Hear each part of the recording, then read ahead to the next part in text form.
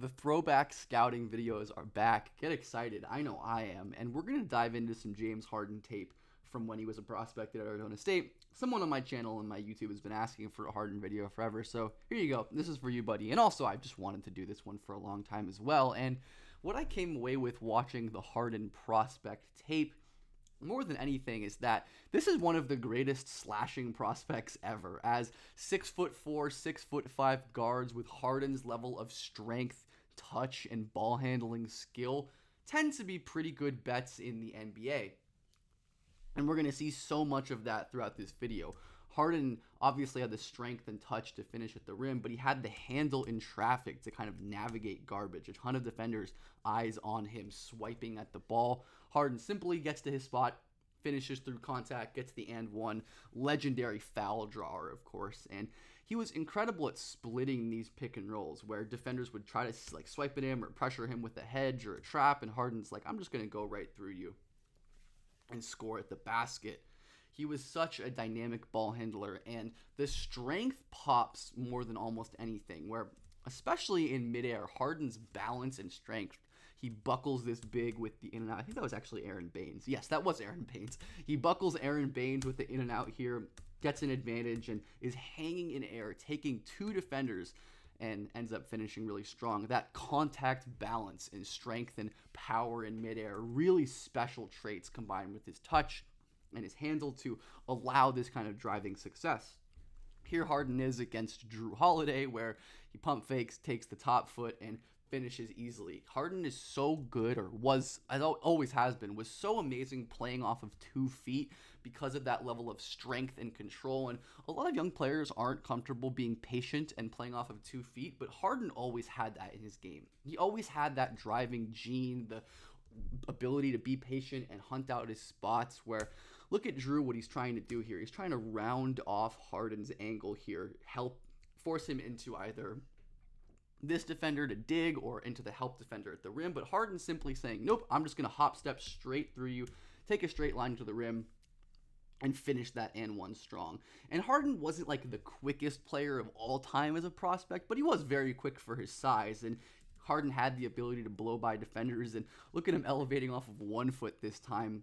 Even though Harden was probably best and most comfortable hopping off of 2, look at Harden explode over a defender off of 1 foot, hang in midair, and finish really strong. And he did have the burst to get by a lot of college defenders, dunk in traffic. His vertical explosion was pretty awesome. Not just like a strong below the rim finisher, but someone who we've seen already a couple times in this video able to elevate. Another split here and hang in the air. And one of my favorite heuristics for basically any young guard prospect is how easy does the game look for you? Because for guards who go on to end up being NBA players, it should look easy at this level. And Harden certainly passed that with flying colors. It just didn't look like he was exerting a ton of effort in a lot of these clips. He's like, I'm just going to split this trap-ish, jump over this defender, hang in the air, and finish. And though a lot of these plays, it's like not the greatest defense in the world, Harden made it look so easy to score and to get to the rim and to do his thing. Great job using his strength and handle. Holds this defender in jail with his offhand dribbling, his right hand. Crazy finish there. And again, we see the balance and body control midair versus contact. That's not a common trait for young players. We're going to get Harden again here against Drew Holiday at the end of the game. This was an awesome matchup watching these two battle, by the way, but Harden's going to get another win here, blowing by Holiday. Drew tries to force him middle, looks like into the help, but Harden's way too quick, strong.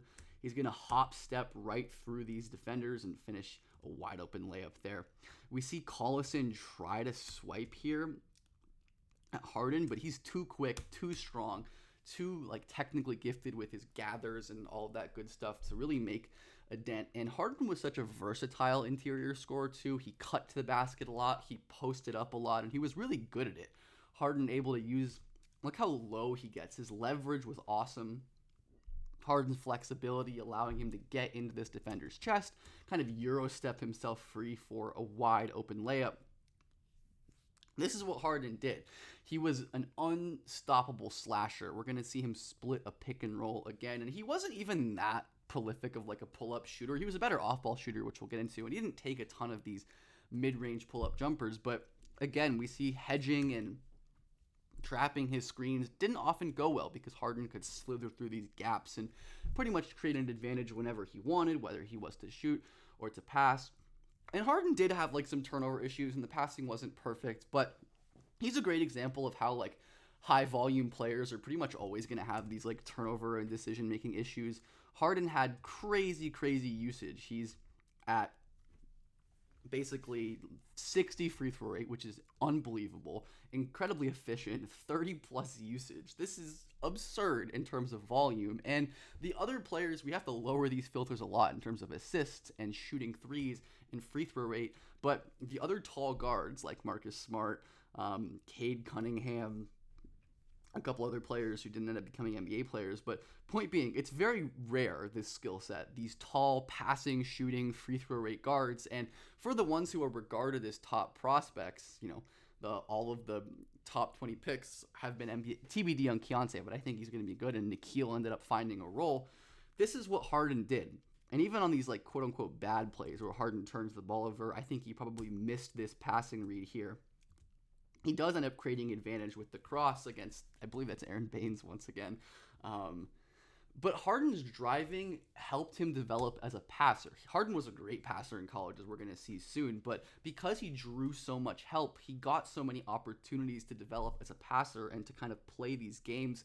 And that obviously showed up in a big way at the NBA level when he ended up being an incredible passer and still, even deep into his career, is one of the best passers in the entire NBA.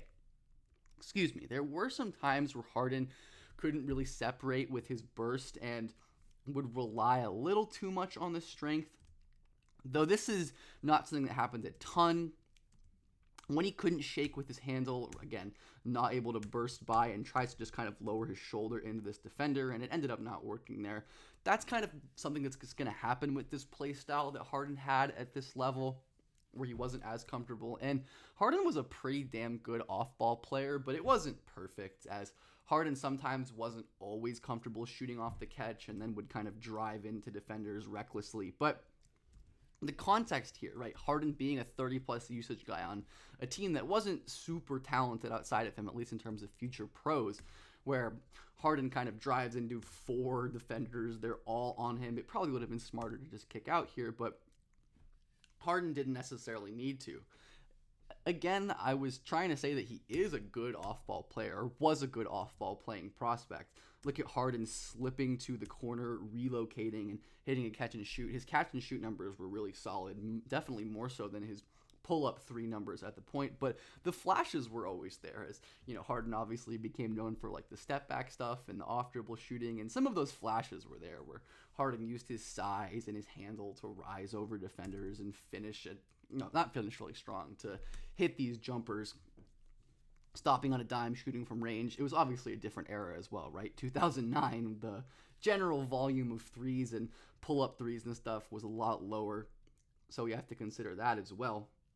This, to me, is maybe my favorite play of this whole clip. Harden kind of holding his handle, gets trapped, resets. Again, we see him against Jrue Holiday, and he's going to end up changing direction, getting downhill, and making a play, where Harden didn't need crazy advanced vision because he could get to the front of the rim whenever he wanted, right? Like, this is a pretty easy pass, all things considered, but the advantage creation is not easy and is very impressive. We see a hard hedge, beautiful crossover to get Jrue reaching and open him up middle, draws the help, all 5 defenders staring at Harden once again, and he's just going to find that wide open lay down pass. The ability to create advantages downhill to get to the rim. Again, this Jrue Holiday matchup. In the games I watched, Harden pretty handedly kind of wrecked Jrue Holiday on a lot of these plays, where again we're going to see him splitting a screen and finding his man on this empty side pick and roll.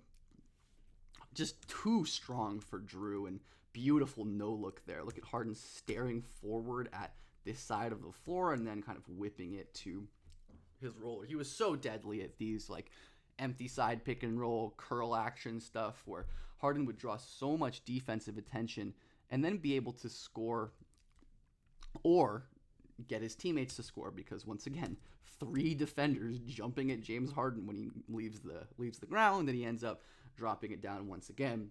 Harden was great at weaponizing this kind of defensive attention. As I believe that's Klay Thompson right there. Yeah, Klay Thompson falling asleep here. Harden ends up finding a backdoor cutter who can't finish there, but we can see the playmaking. And I think this off-ball skill really helped him thrive early in his career, which led into his later career as a true initiator. In OKC, Harden did obviously do some of the pick and roll stuff and the isolation driving where he got downhill with his incredible burst and handle and all the stuff that we went through at the beginning of the video.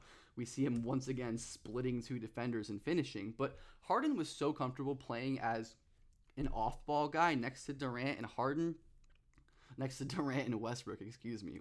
Simple attack off of the catch, pump fake, draw defenders, lay down. Simple plays, but this is the kind of stuff that star on-ball prospects need to fit in on great teams. And though I think Harden has been somewhat maligned late in his career, right, for not really being a quote-unquote like winning player, ball hog type, early in his career he was really great.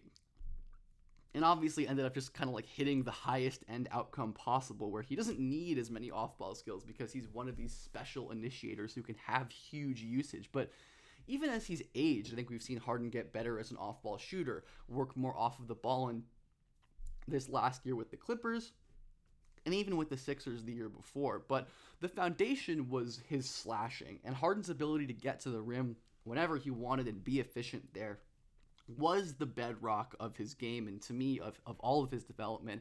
I think the shooting and the playmaking all built outward from the driving, and this is why I value advantage creation and driving so much in prospects. Obviously, Harden was amazing at so many things in college, and it wasn't just the driving, but that ability to get to the front of the rim whenever he wants, to beat defenders, to put the defense in rotation, and then punish defenses in rotation with either his own finishing and shot making or making plays for his teammates were all just so impressive. This made me think, honestly, of a guy like Jalen Williams in OKC, another young OKC guy who's amazing playing on and off ball, driving with handling craft, burst, and strength. And all of these skills are things that I look for going forward. And when I'm scouting prospects now, I'm like, okay, I'm going to value these overwhelming, big driving guards who can do a lot of things. And Harden, I think, is a fantastic example of that.